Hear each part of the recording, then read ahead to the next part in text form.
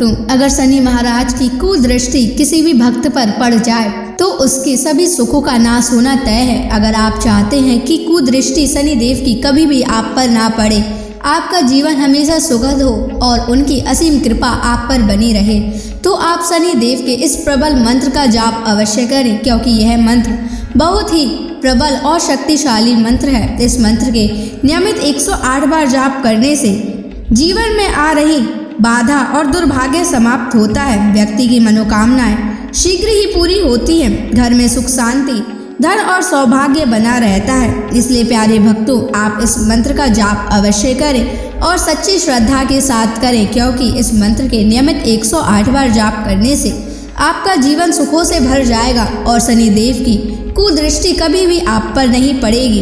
इसलिए प्यारे भक्तों, इस मंत्र का जाप अवश्य करें। और अगर आप इस मंत्र का जाप नहीं कर पा रहे हैं तो आप इस वीडियो को अपने मोबाइल फोन पर या स्पीकर पर चलाकर नियमित सुने, ताकि आप शनि देव की असीम कृपा को प्राप्त कर सकें। और अगर आप शनि देव का आशीर्वाद प्राप्त करना चाहते हैं तो इस वीडियो को लाइक और चैनल को सब्सक्राइब जरूर कर दीजिए और कमेंट बॉक्स में शनि महाराज की जय अवश्य लिख दीजिए। तो चलिए भक्तों, मंत्र का जाप करना प्रारंभ करते हैं। ओम ह्रीं श्रीं शनैश्चराय ऋण विमोचनाय स्वाहा। ओम ह्रीं श्रीं शनैश्चराय ऋण विमोचनाय स्वाहा। ओम ह्रीं श्रीं शनैश्चराय ऋण विमोचनाय स्वाहा। ओम ह्रीं श्रीं शनैश्चराय ऋण विमोचनाय स्वाहा। ओम ह्रीं श्रीं शनैश्चराय ऋण विमोचनाय स्वाहा। ओम ह्रीं श्रीं शनैश्चराय ऋण विमोचनाय स्वाहा। ओम ह्रीं श्रीं शनैश्चराय ऋण विमोचनाय स्वाहा। ओम ह्रीं श्रीं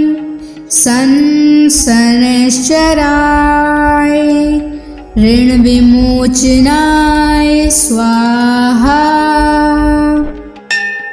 ओम ह्रीं श्रीं शनैश्चराय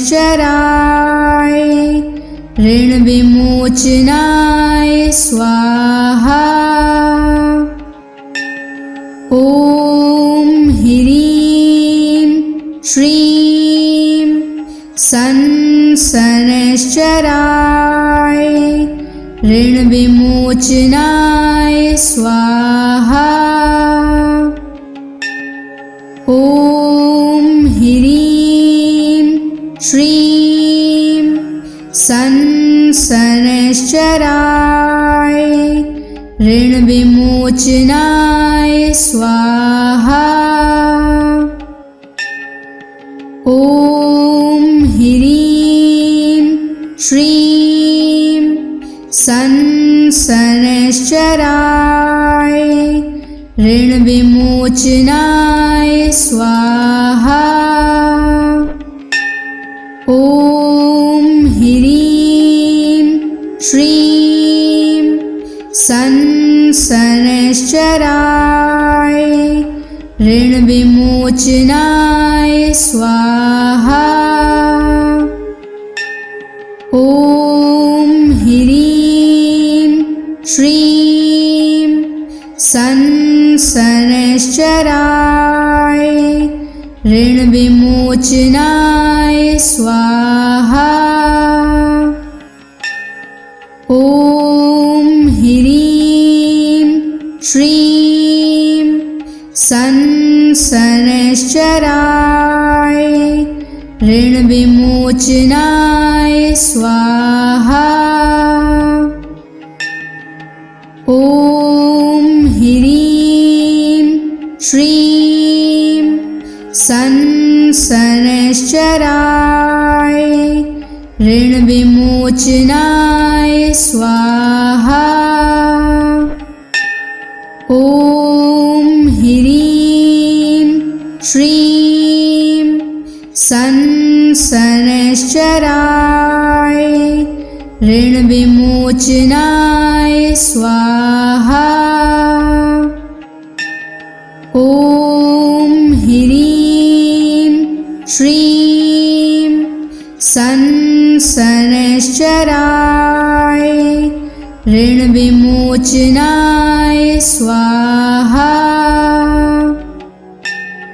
ॐ ह्रीं श्रीं शनैश्चराय ऋण विमोचनाय स्वाहा।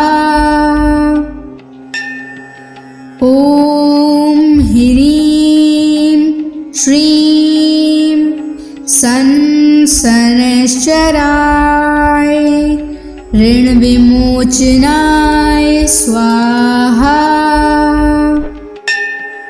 ॐ ह्रीं श्रीं शनैश्चराय ऋण विमोचनाय स्वाहा।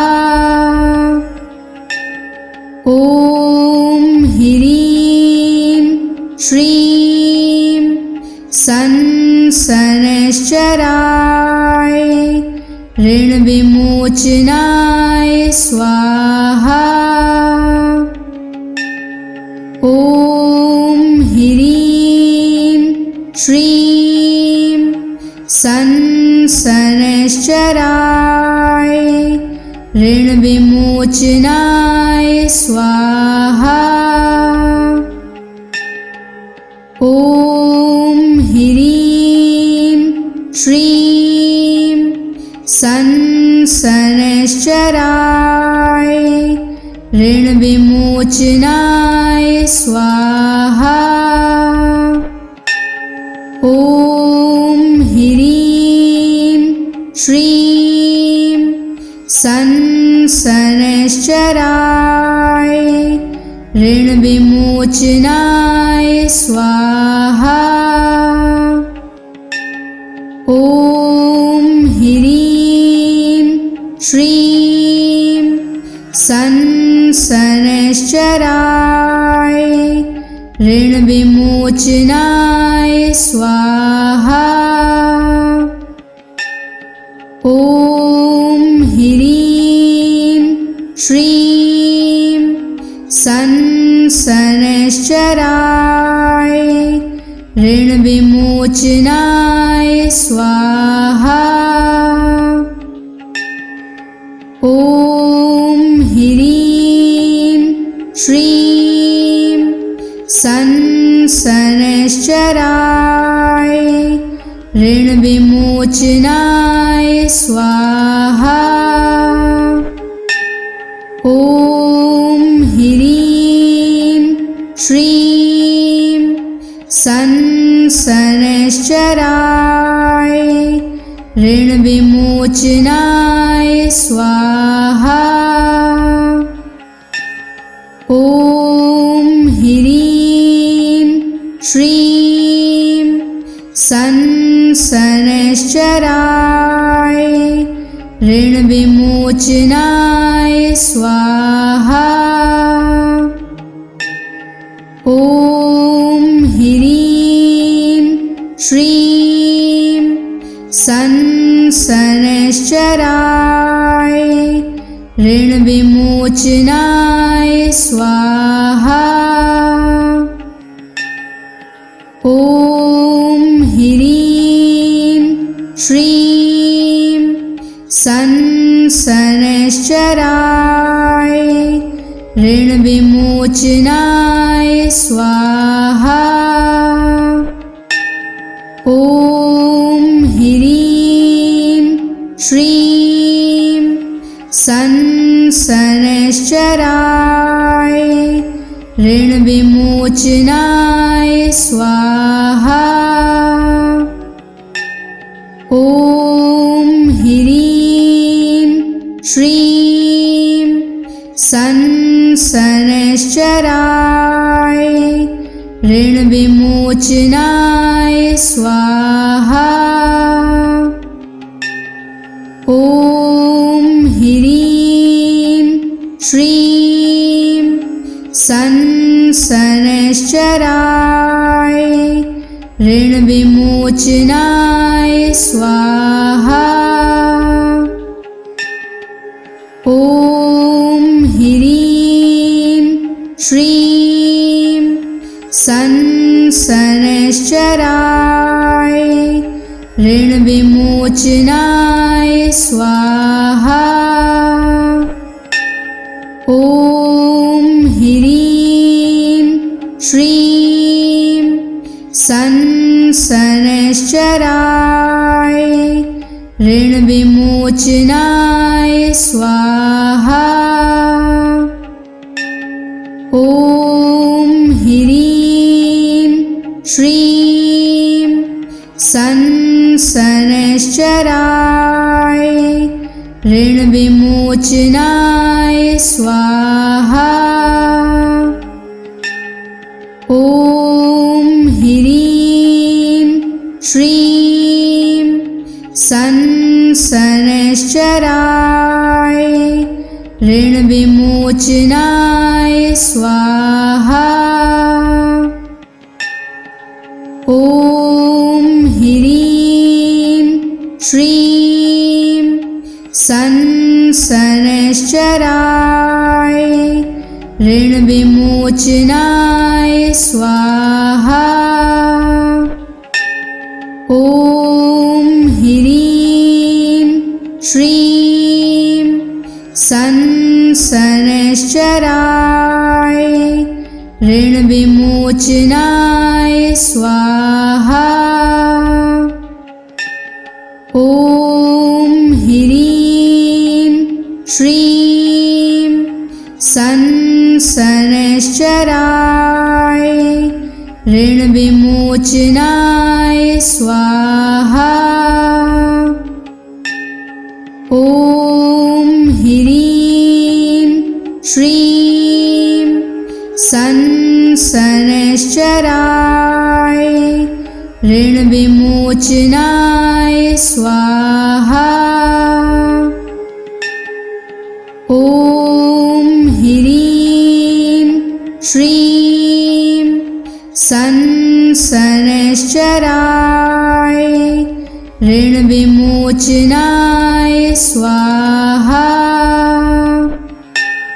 ॐ ह्रीं श्रीं शनैश्चराय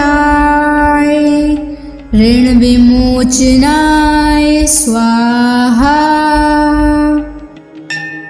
ॐ ह्रीं श्रीं शनैश्चराय ऋणविमोचनाय स्वाहा। ॐ ह्रीं श्रीं शनैश्चराय ऋणविमोचनाय स्वाहा। ॐ ह्रीं श्रीं शनैश्चराय ऋणविमोचनाय स्वाहा। ॐ ह्रीं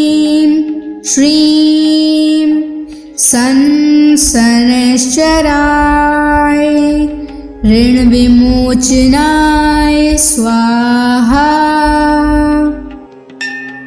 ॐ ह्रीं श्रीं सन् शनैश्चराय ऋण विमोचनाय स्वाहा। ॐ ह्रीं श्रीं सन् शनैश्चराय ऋण विमोचनाय स्वाहा। ॐ ह्रीं श्रीं सन् शनैश्चराय ऋण विमोचनाय स्वाहा। ॐ ह्रीं श्रीं सन् शनैश्चराय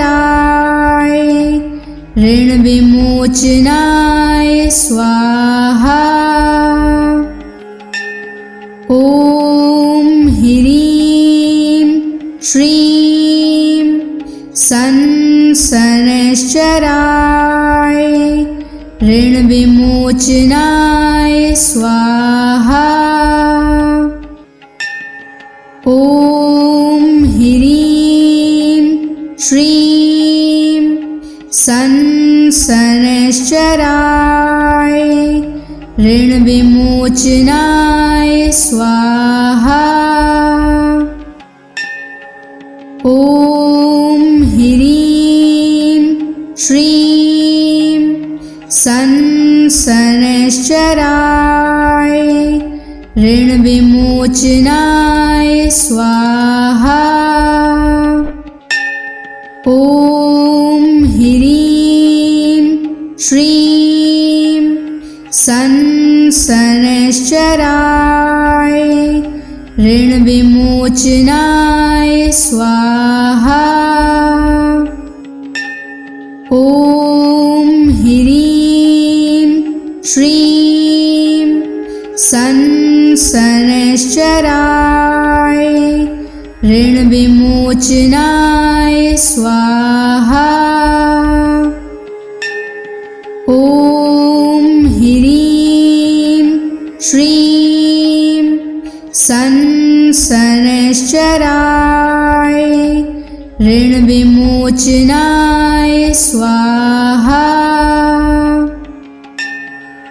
ॐ ह्रीं श्रीं सन् शनैश्चराय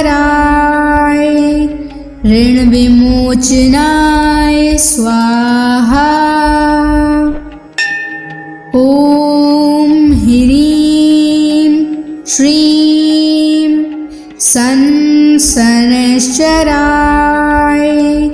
ऋण विमोचनाय स्वाहा। ॐ ह्रीं श्रीं सन् शनैश्चराय ऋण विमोचनाय स्वाहा। ॐ ह्रीं श्रीं सन् शनैश्चराय ऋण विमोचनाय स्वाहा।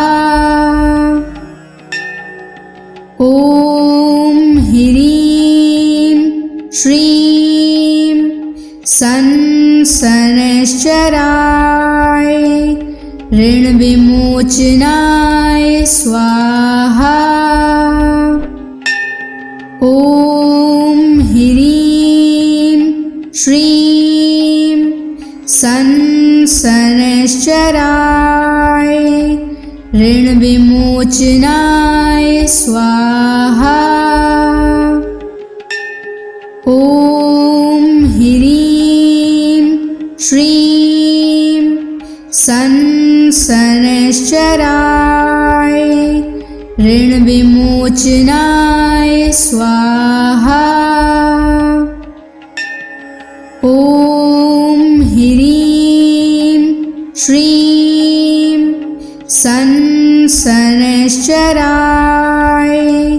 ऋणविमोचनाय स्वाहा। ॐ ह्रीं श्रीं संसनश्चराय ऋणविमोचनाय स्वाहा। ॐ ह्रीं श्रीं संसनश्चराय ऋणविमोचनाय स्वाहा। ॐ ह्रीं श्रीं संसनश्चराय ऋणविमोचनाय स्वाहा। ॐ ह्रीं श्रीं संसनश्चराय ऋणविमोचनाय स्वाहा। ॐ ह्रीं श्रीं संसनश्चराय ऋणविमोचनाय स्वाहा। ॐ ह्रीं श्रीं संसनश्चराय ऋणविमोचनाय स्वाहा। ॐ ह्रीं श्रीं संसनश्चराय ऋणविमोचनाय स्वाहा।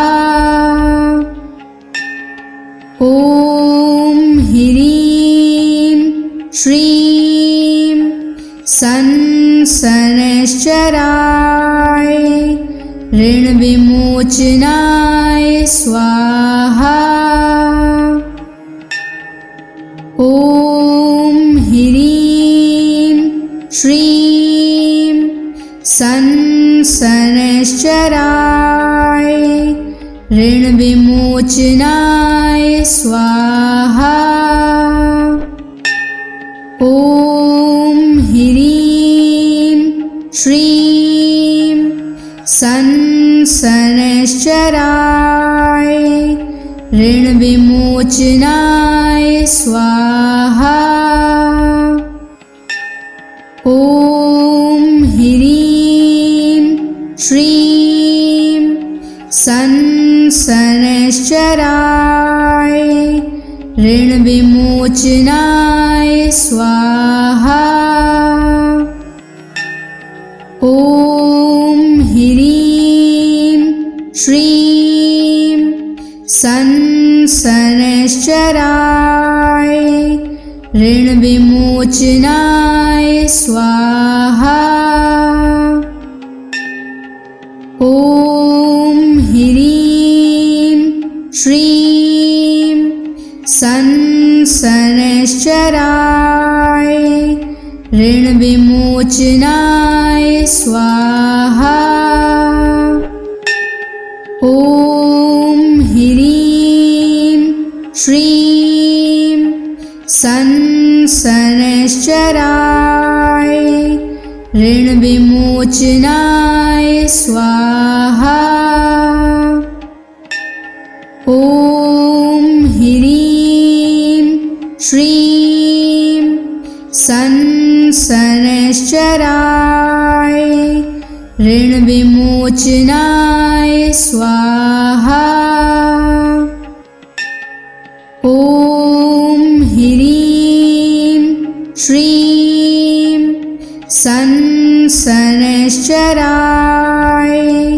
ऋणविमोचनाय स्वाहा। ॐ ह्रीं श्रीं संसनश्चराय ऋणविमोचनाय स्वाहा। ॐ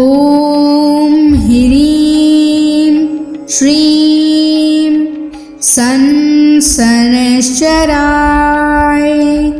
ऋणविमोचनाय स्वाहा। ॐ ह्रीं श्रीं शनैश्चराय ऋणविमोचनाय स्वाहा। ॐ ह्रीं श्रीं शनैश्चराय ऋणविमोचनाय स्वाहा। ॐ ह्रीं श्रीं शनैश्चराय ऋणविमोचनाय स्वाहा। ॐ ह्रीं श्रीं शनैश्चराय ऋणविमोचनाय स्वाहा। ॐ ह्रीं श्रीं शनैश्चराय ऋणविमोचनाय स्वाहा। ॐ ह्रीं श्रीं शनैश्चराय ऋणविमोचनाय स्वाहा। ॐ ह्रीं श्रीं शनैश्चराय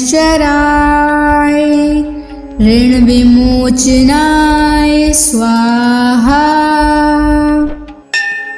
ॐ ह्रीं श्रीं शनैश्चराय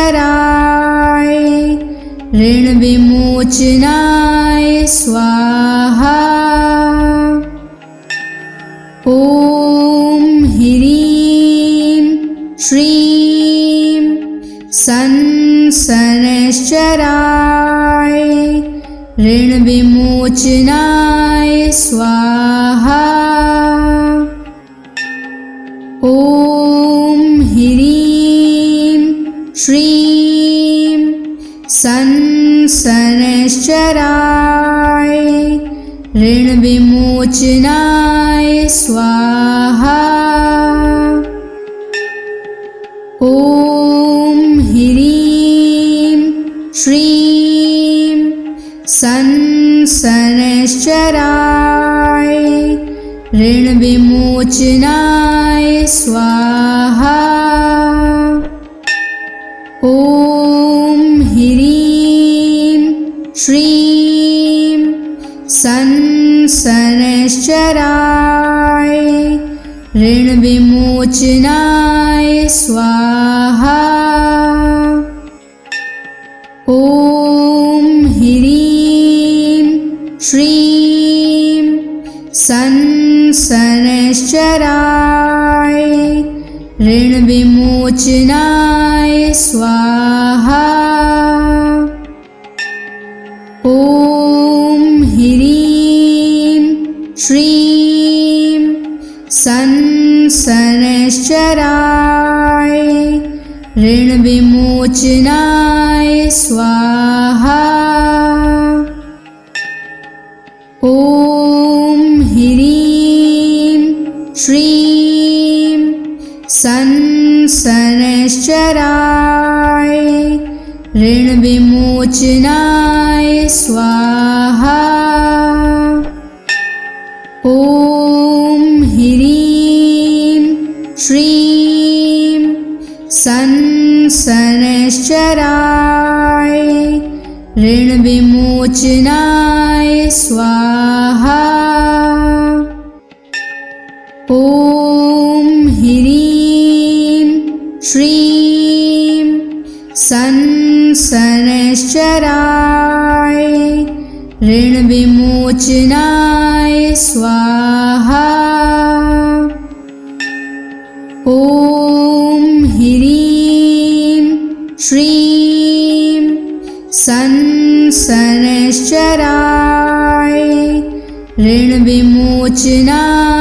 स्वाहा। ॐ ह्रीं श्रीं संसनश्चराय ऋणविमोचनाय स्वाहा। ॐ ह्रीं श्रीं संसनश्चराय ऋणविमोचनाय स्वाहा। ॐ ह्रीं श्रीं संसनश्चराय ऋणविमोचनाय स्वाहा। ॐ ह्रीं श्रीं संसनश्चराय ऋणविमोचनाय स्वाहा। ॐ ह्रीं श्रीं संसनश्चराय ऋणविमोचनाय